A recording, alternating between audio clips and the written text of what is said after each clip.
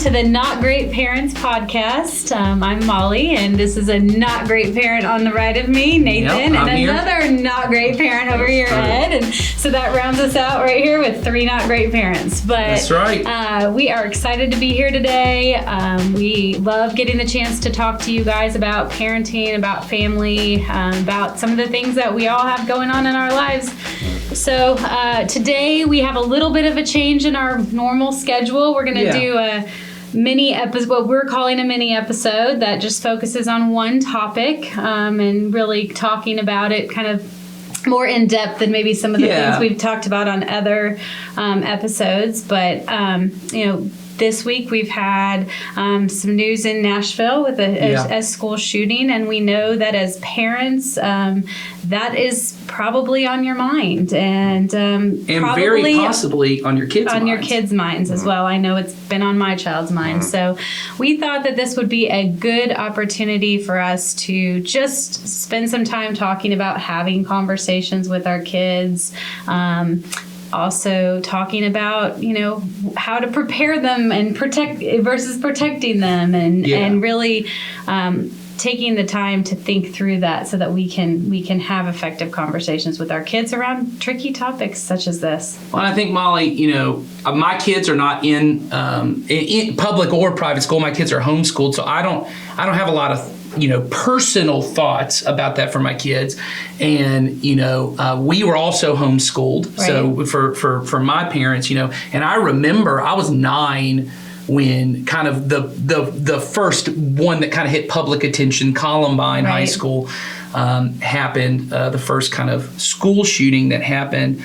And I remember that being even though I was not in public school, it was a very, it's memorable. I remember that, like I remember 9/11. Mm-hmm. It's one of the formative, I remember when that happened. I remember everyone talking about it. I remember being frightened of it, not even being in school, but having friends that went to school. And I think there's a thing that happens when you're a kid or a teenager, and another, it was teenagers in Columbine, and for this, there was children involved.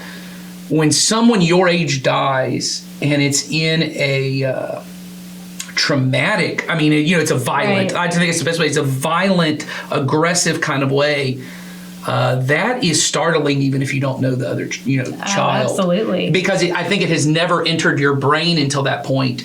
Oh, children can be murdered. Yes, and then we add, visualization that comes in from the news and things like that. So those things sit with you, right, as a child, and as adults. I bet everybody can tell you news scenes from those first shootings that we saw. I think we've now had a lot of them, so we're desensitized to each specific one, maybe. Sure. Sadly, but I do think that every one of us has been impacted by them, and our kids are as well. That's right. Yeah, I think the other thing is, even if your kids don't think about it all the time because of the news, or you don't let them watch the news or any of those kind of things, they have active shooter drills. They have things going on at school that have to raise some kind of question in their minds of why is this happening and what's going on. I don't really know what the teachers say about those things as they're preparing for them. And I'm sure it's teacher by teachers. That's what I was going to ask you. You do have both of your children are in the same elementary school. Both of my kids go to the same elementary school. These drills are part of their schooling. It's part of what they learn at the beginning of the year. They refresh it just like a fire drill or a medical And your children are not just different by age, they are so different in personality. My two children are so different in personality. My oldest child is in 5th grade. He has a lot of fears about things. He, asks questions related to his physical safety often. He likes to be prepared and knowing that he is safe. So for him, the drills actually are comforting to him, knowing that they were scary when he was younger. He likes knowing there's a plan. He likes knowing there's a plan that involves his safety. My younger child, he is very maybe oblivious to all of it. Sure. He practices the drills at home for fun. No, okay. So Yeah, you know, he doesn't at his fully stage, comprehend and he's it. in pre-K. He does not fully comprehend it, but he understands these are the steps and this is what would need to happen. So you know, he has had a couple of times where he's stated, "This is the drill we're doing," and then you know, Sure. move Acts some it out. furniture around. I was sitting here thinking while we were talking about what the teacher said, and I don't know why I hadn't had this thought until just then, and I thought I should just ask my son, who is a Yeah. teacher. Right. And I know he's said to me about some things that get talked about as being legislation, where teachers are going to be armed and Yeah, all Sure. that all these kind of different stuff, and ideas. all the thoughts and his thoughts of his desire to protect his students, Mm-hmm. and Yeah. to do what he can for his students. He would be more like your kid that wants a plan. He wants Yes. a plan for everything, and he Yeah. wants to know what he should do in those situations and Mm-hmm. how to handle all of that. So he has a little bit of the fear anxiety thing too that Mm-hmm. I hadn't thought about that really until just now. Does- Neither one of my kids comes home like asking a bunch of questions about it at this point. Yeah. About the drills for Right. that matter. Like they aren't coming home and asking a bunch of things related to it. I think that the teachers actually don't talk to us about it really No, either. that's There's right. no conversation about it. There's just an expectation that there's some plan and that they're protecting, that they have a plan in Yeah. each school and so it just gets done, right? And I Right. think for my kids at school, it gets presented as this is another thing we all are prepared Yeah. for. If it was inclement weather, this is the preparation. If it was this, this is the preparation. But Well, and I'm sure part of that plan from the school's perspective, I would think, because knowing how people are, if you present them with a plan, there are a bunch of kids that will calm them down. Yeah. Mm-hmm. Okay, they've thought about this. The adults in my life have worked this out. This is what will happen. Whether it all works out perfectly or Right. not, we don't know. But at least it will help them calm down. and as a parent, I like knowing that Yeah. there's Sure. a plan, Yeah. that it is whatever for me the school thinks is Yeah, best, that's knowing right. their environment and their teachers. And I like knowing that they're preparing my child with a plan. Like that works Well, for and me. I think that's one of the things, so we've already filmed because obviously we did not know this was coming. And so we had planned to have, I think we told you on the last episode, we'd have a regular episode back. And then we've already filmed the next mini episode. And part of what really the main focus of that episode is this thing you talked about before, which probably sounds a little shocking if you haven't heard the whole thing, but that our goal is not to, we are wanting to prepare our kids over just protecting them. What we don't mean is protecting their physical safety. That is a part of being a parent. It's a very important job because they cannot fully protect themselves at certain ages. What we mean is rather than protecting them from information, which is what often happens, and in that episode we talk about, this is why sometimes we talk about sexuality too late. It's why we talk about violence or mental health too late, because we go, I don't want to put an idea in their head that's not there. But instead of saying I want to protect them from information, what's better is to prepare them for reality. And we talk about this in more detail in that episode, but when your kids are going to school, or even I talk about here, my kids don't go to school, but they come to church and then they come home because they're around other kids. And Right. I don't know, there is no way for me to fully protect them from information. No. Right. And so my job as the parent is to contextualize this real information that exists in the world in such a way that they can see Jesus and God and the kingdom way of doing things through whatever this is. So this particular event, a school shooting happens, and you as the parent, I know I feel this way, am trying to figure out, do I talk to my kid about this? Are they going to find out? What do I say? What do I say? How do I feel about it myself? Right, I All think- of these things go, ooh. Yes. Well, and I do think that's a big deal. I think how I feel about it, I have to deal with in parenting, grandparenting, whatever. Whatever when these things come up. I don't imagine there's any parent that doesn't think, oh my, that could have been my kid. Right. And then fear, which in some of us leads to anger, which leads to us ranting, and other people it leads to being very inward. I think you have to deal with whatever you feel about this event, but you cannot put that on your kid. You must deal with that and then figure out how can I help them. You don't even have to have the answers, but you have to help them begin to process and admit, I don't know all this stuff. I don't know all Right. this stuff. And if fortunately or unfortunately, the timeline can't resolve around how long you want to sit and deal with it, because your child may need answers from you. They may have burning questions. They may be carrying it internally that they need you to help them. They need us to be there. And I think, I guess what I was thinking along the terms of, and I have actually known parents to do this, what you can't have happen is you can't pull up in the car rider line and the kid gets in the car and go, oh my God, did you hear about the school shooting? Let me tell you all the things. Oh, I'm so scared. I was so worried about you. And you can't emotionally vomit on your kid in the moment. Absolutely. And they're overwhelmed. You can deal with all that. You can feel all that.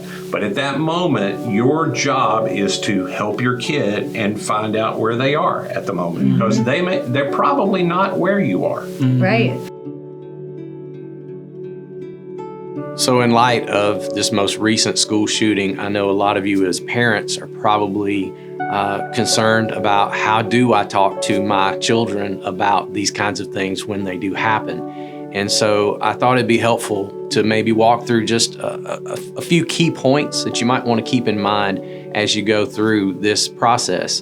And of course, as you've already heard us say on this podcast, it's important to reflect on your own feelings first before you go into a conversation with your children. You know, we as parents, we are the greatest source of strength and stability for our children. The truth is, they're looking to us for all the things, right? They're looking for us to provide a place where they can feel loved and to feel safe and to just find that bedrock stability that they need. So my advice on that is just try not to approach your kids when you aren't feeling calm and you aren't feeling centered. If you need to do some work, maybe even some time of prayer, just to kind of settle your own emotions before you get into the conversation, that's probably an important thing to do. And of course, if you need some help with that, talk to someone yourself. But then as you kind of move into this place where you want to feel like you want to talk to your kids about this, I want to just say, first of all, if you're concerned about whether it's okay to start the conversation, it is okay for you to start the conversation. A lot of parents get the idea that if I bring it up, it's going to make it worse. That's actually not true. That's actually not true for a lot of emotional conversations that we tend to have with our kids.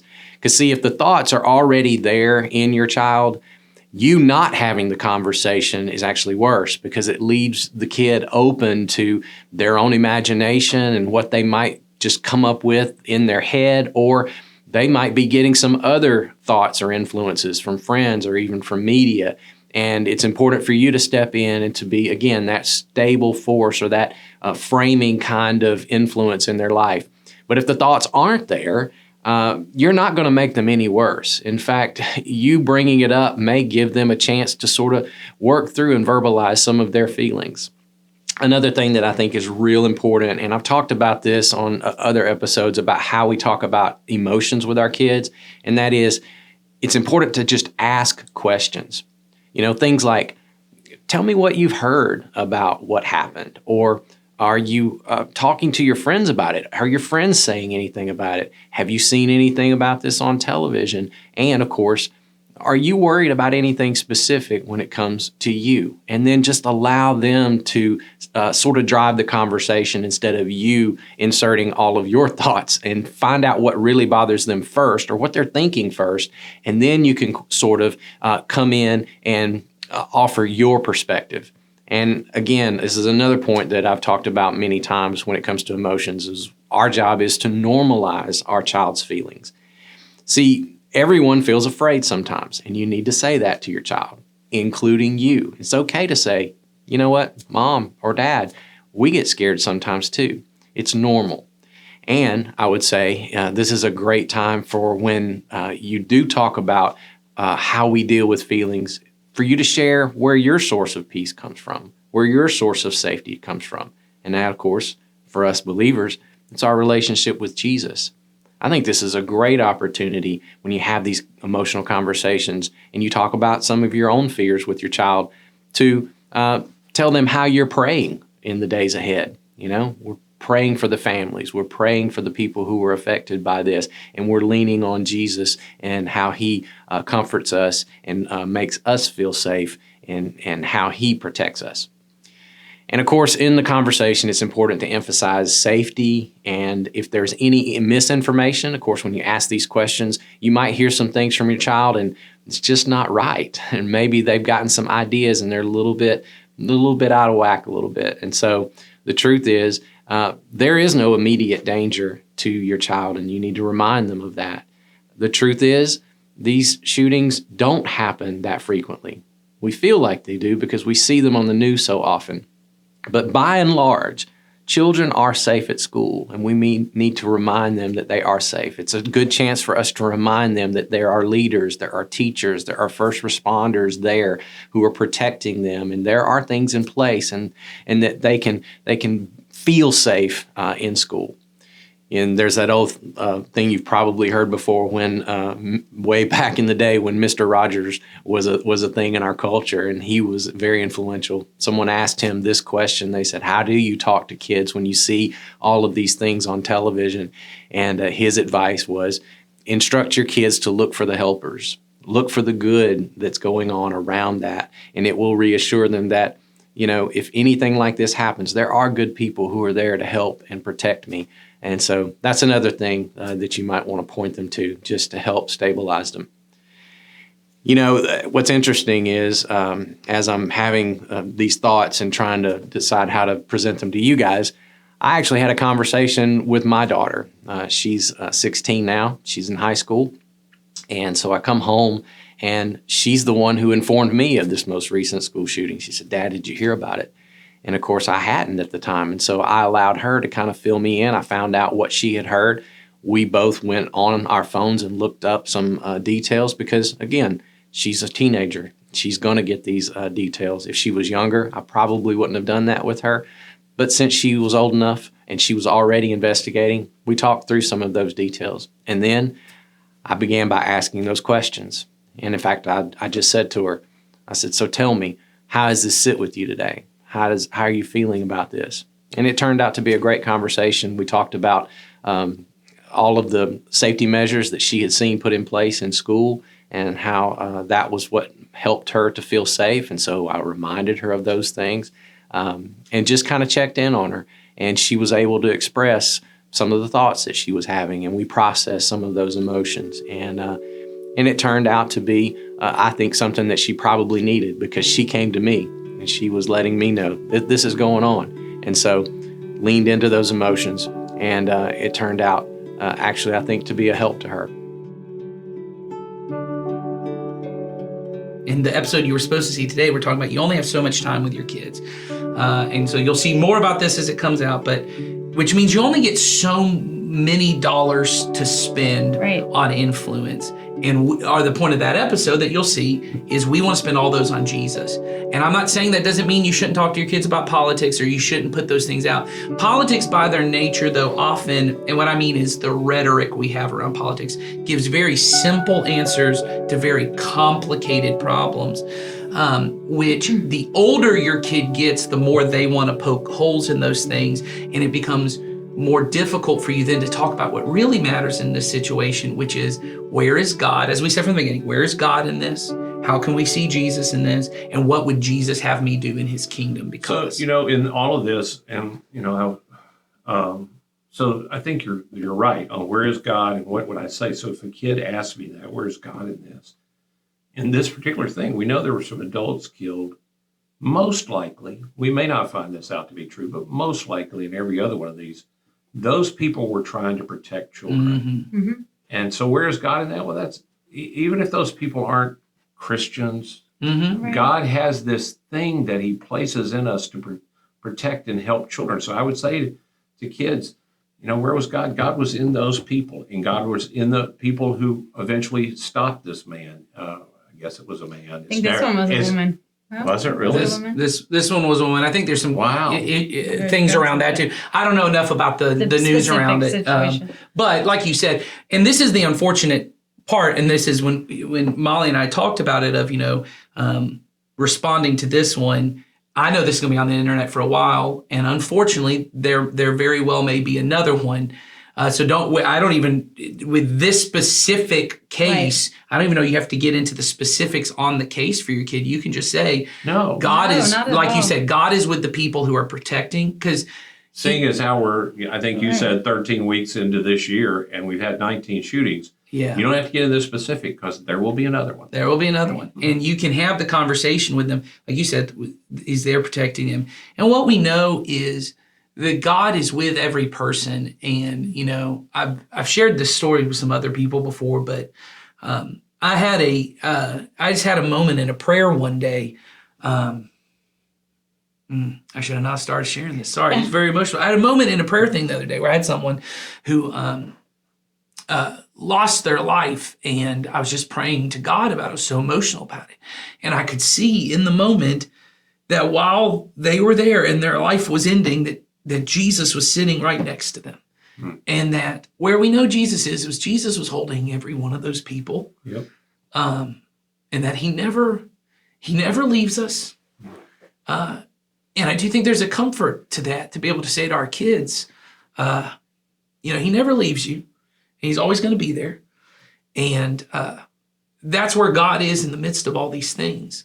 And I know you had said that your child has asked you before, is this going to happen to me? Right. My child has said, is this going to happen to me? And I can't say, no, it's not. I can't say that. But I can say, God is with you. And that we have to trust in that. And that that's where our comfort comes from. And that God is in everything in some way, shape, or form. And I can't say this isn't specifically going to happen to you, but I can say the likelihood of this happening is very, very little. And because we're going, and I talk often about, we don't want to be a family that spends our time worrying about the things that are unlikely, because if we do that, we're going to lose. We're going to give up some really great things to be focused on the unlikely scenario. Well, and I think that's right. I think it's okay to say it does not minimize the loss of life for us also to say to our children, even though this happens more than should or we would ever want to happen, percentage-wise, statistically, the likelihood of it happening to you, I think there is a confidence we can give to our children. Like riding, you're talking about riding in a plane. Statistically, It does happen. And yes, it happens more than it should. But it is when we talk about nuance with the younger your kid is, you can probably have a conversation with a 15-year-old about, this is statistically higher than it should be. Nuance is not helpful to a 7-year-old. No. It is better to say, this is probably not going to happen to you. Right. Yeah. This is probably not going to happen to you. And because they're black and white thinkers. The nuance leaves them more uncomfortable because they need to know. Yes, and when they're black and white, unless you have something really that they can grasp onto. I mean, I know I told you guys my child stayed home for the first time the other morning, and of course a storm comes through.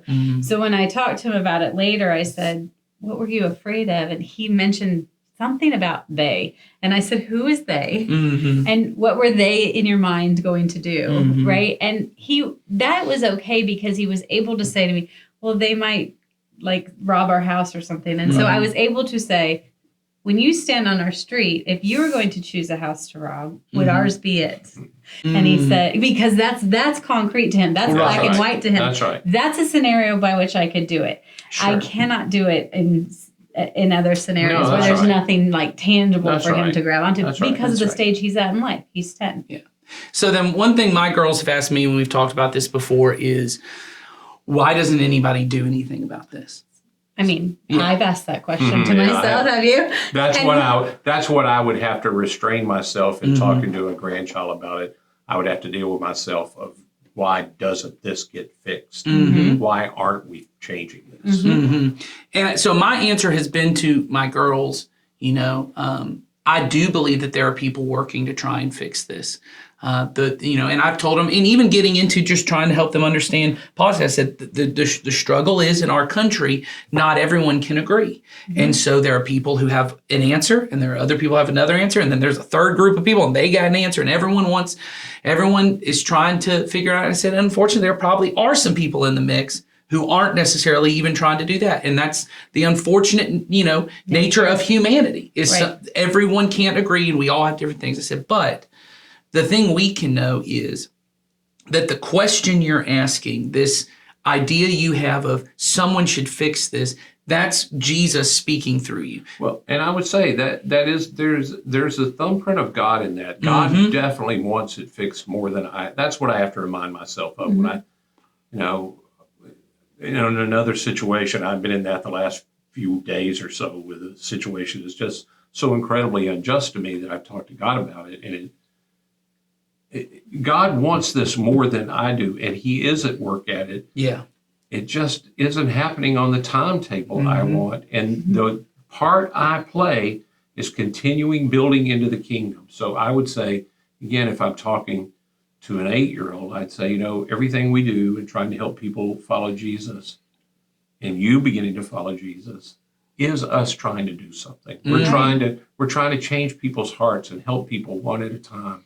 And if everybody gets on that eventually, this will change. There have been problems and again, now if you get to an older kid, you can talk about problems through the century that people never thought could change. That long term, it was followers of Jesus that began to change those things. That's right. That the kingdom begins to break out. And I do believe other countries have changed this. I believe the power of God at work through His people will change this in our country one day. I may not see it, but I do believe that will happen. It won't happen because of politics. It will happen because the power of God at work through His people. Eventually, this will change. Which is why we talk so much about chasing the goodness of God and not this greatness of everything else. That's right. And I think, even in this scenario, it's hard to see sometimes. It is. And when we talk about what can we do, well, we know there is so much power in prayer and modeling that and including our children in that one act. And I know people say, don't say thoughts and, don't say thoughts and prayers. That's just like insensitive, but not if you're actively praying with your family. That is something that we want to teach our kids to do and do it with them. Yeah. And then, speak to God together as a family. One thing for sure is we do not want to buy into the cultural narrative. And I get why people say it, because so many people do say thoughts and prayers, and they don't do either. They say thoughts and prayers on social media, and they go right back to the baseball game or right back to Netflix, and they don't pray and they don't have many thoughts about it because they just don't want to deal with it. But we aren't the people that don't pray. Right. We do believe that there are unseen forces at work for good and for evil, and that God has given us the power to call on that.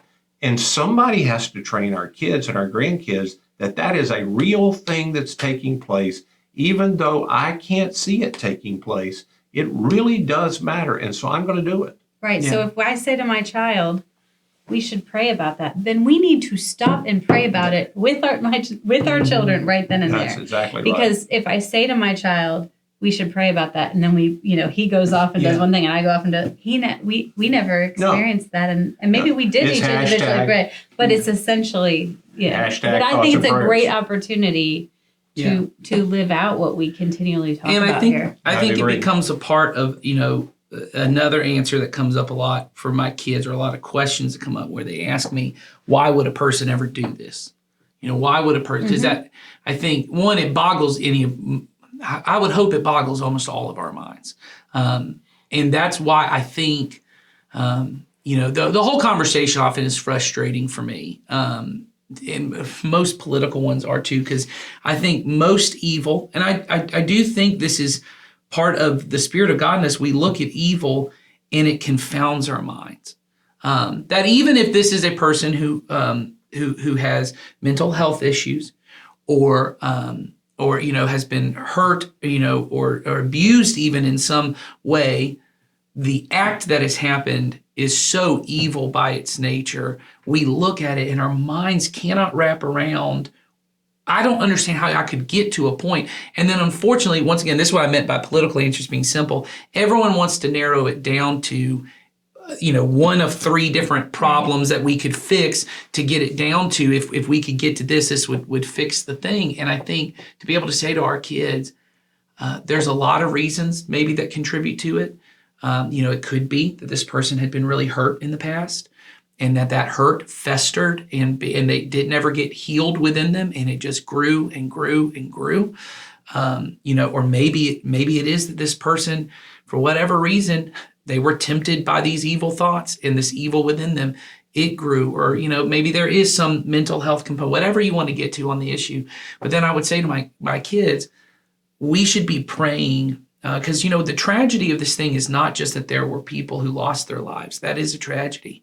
There's also a tragedy that an image bearer of God allowed themselves to be so corrupted by evil. Once again, even if it was evil that was done to them that then they passed on, that in and of itself is a tragedy as well. Mm-hmm. And for us as believers to not become people, it's an easy out to completely vilify the person who does the evil, because it allows me to say, I would never be that person. Right.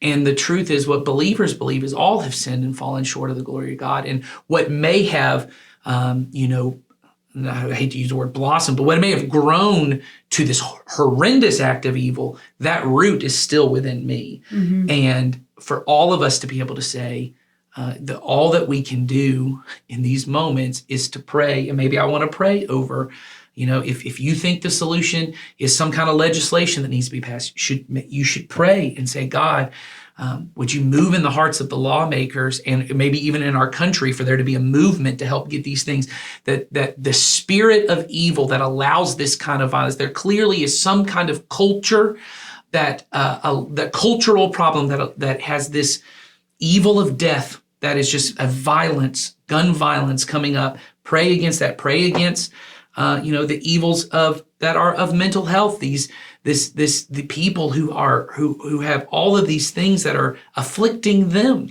and that we're not helping. That we would say. So pray for the system. Pray for the individuals who are afflicted by that evil that is hurting them and they're suffering under it, and then just pray for the spirit of evil. We know the enemy is at work in our world. Pray that the enemy is crushed here. And all of those things I think are powerful. And if I had a young child, like even under 10, depending on how they are sensitive to the spirit, and I say, there's evil at work and all of that, and Satan's at work and those kind of things, and they go, well, is that going to happen to me? Mm-hmm. Am I going to be overcome? I would go, the Bible's really clear that the Spirit of God is more powerful than the spirit of Satan. So when we pray and when we go to church and when we stay close to Him, we stay close. You don't have to worry about that. That's right. You don't have to worry about that.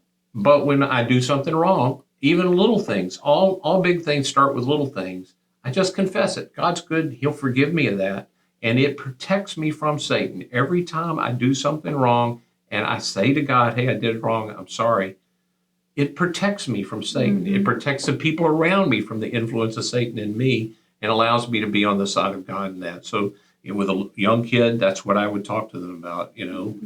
That's where I would go with that. Yeah, and I think, like you were saying too, there's going to be so many things that break us, and as believers that we see. And this, we're talking about this particular thing, but you said a bunch of them. But I just think being a family in our own homes, that we turn to God during those times, and it's an outward expression right then and there. It just is a powerful thing and a powerful practice to teach within our own family. And it is a discipleship moment for me and my kids, and for me myself, because I've said on other places where I talk about it, most parenting is me parenting myself. Most grandparenting has been me parenting myself.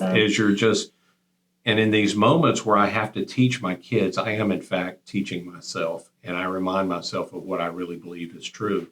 And this is not, if you find yourself pontificating on politics and you couldn't stop yourself, here's what I want to say to you on the backside of that.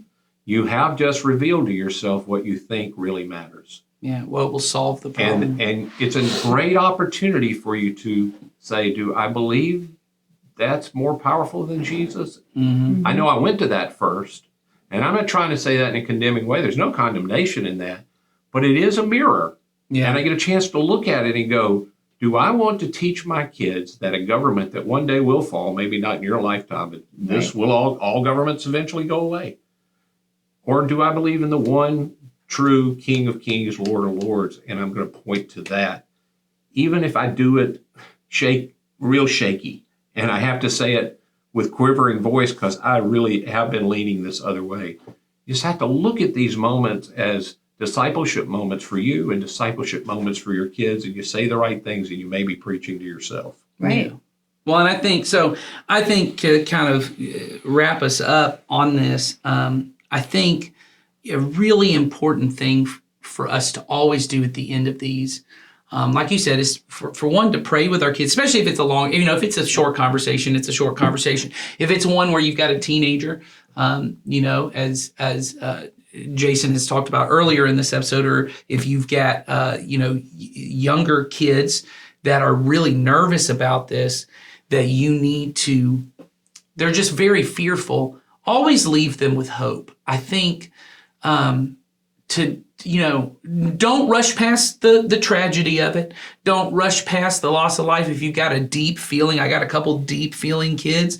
Don't try to be like, oh, well, it'll be all fine. It'll all be. You don't need to feel that. Yeah, you don't need to feel that's not a problem. As Jason always, says when we're talking about is to normalize emotions. It's normal. I'd be scared too. Oh, that's a normal feeling. That's all fine. But then lead by saying, but no matter what happens, we know God is with us and God wins out in the end. And that what we know is that every person who loses their life in any context, that God is there with them. And for believers, we will be raised up with Jesus and we'll get to spend eternity with him. And so there is always hope at the end of this, that God is making all things new and he's making all things better. That's the contextualization that, to kind of bring it back to the beginning, if you are protecting them from the information or you think you're protecting them, you don't get to prepare them for that. Right. Because now they get to hear it from some other person who may be probably giving them a political swing to it, which most political answers on either side tend to be very despair driven because I got to get people on it. If we don't do this, it's all going to hell. And if we don't do this, it's all going to get bad. And that's very fear-based for a lot of our kids. We can end on, no matter what happens, God is in control and he is going to make all things new. Right. Now, the kingdom of God is breaking out in our world everywhere, and it is in these problems too. It's hard for us to see when they're at this dark stage.